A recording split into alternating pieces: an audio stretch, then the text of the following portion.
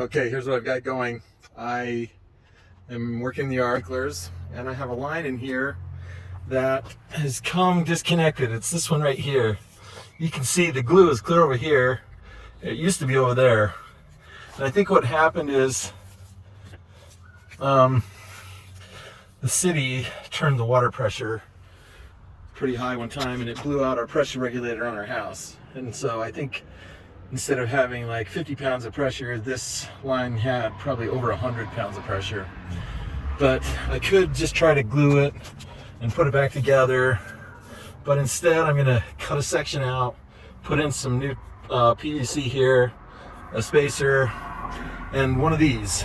This is a quick connect, and it's the same size, but essentially this piece right here extends. So basically what I'm going to do is it goes in, and then what you do is you put it in place, and then you just pull this out. That way you don't have to dig up like 4 feet of line to flex the pipe in order to get it to fit. So I'm going to put in one of these quick connectors and be done with it. This is a Pro Span 1-inch pipe. It connects 1-inch PVC pipe, and it's Flow Control. That's the company that manufactures it. But what you do is put this on one end, get a connector or spacer, put it on the other end. Then all you have to do is put glue on both ends and then extend this into the spacer. So there we go. And it has washers on the inside of it that will keep it watertight. So this is just a sprinkler system. There's not going to be a load on it all the time, but when there is water running through it, it'll contain that very well. These come in 1/2 inch, 3/4 inch, 1 inch, 1.5, 2, 2.5. I think they go as big as 4 inches. PVC, made for cold water only, but excellent product. I use them probably all too often.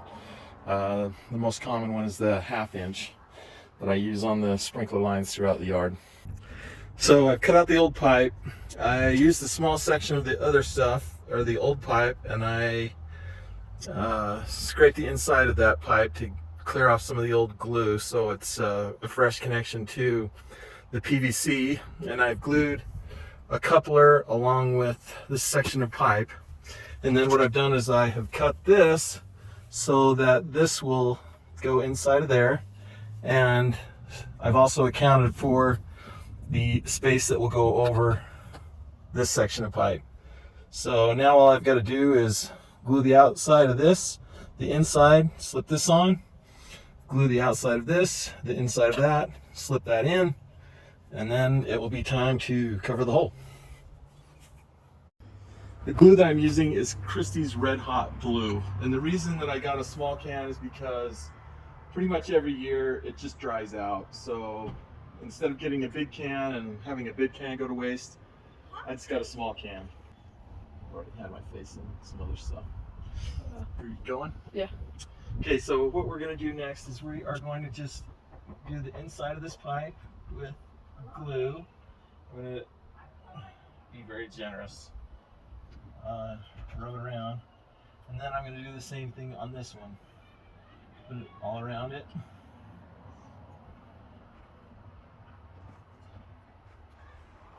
Here we go. Bottom, sides, etc., etc.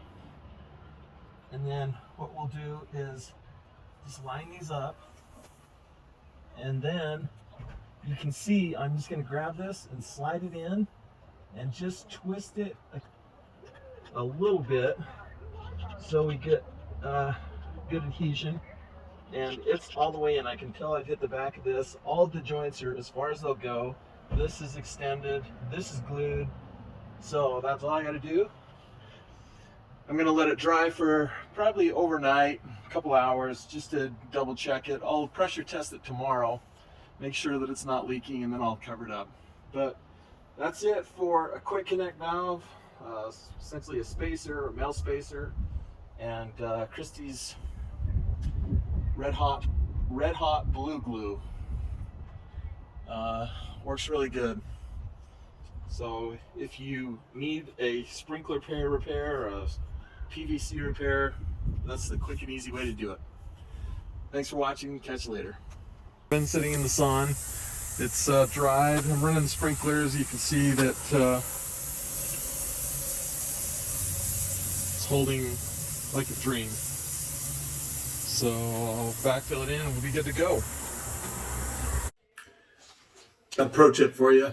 Don't do what I did and use your bare hands because I've got Christie's red hot blue glue on my hands and my finger and around, and I've washed. It's not coming off. It'll come off over time, but pro tip is use rubber gloves. That'll save you the hassle.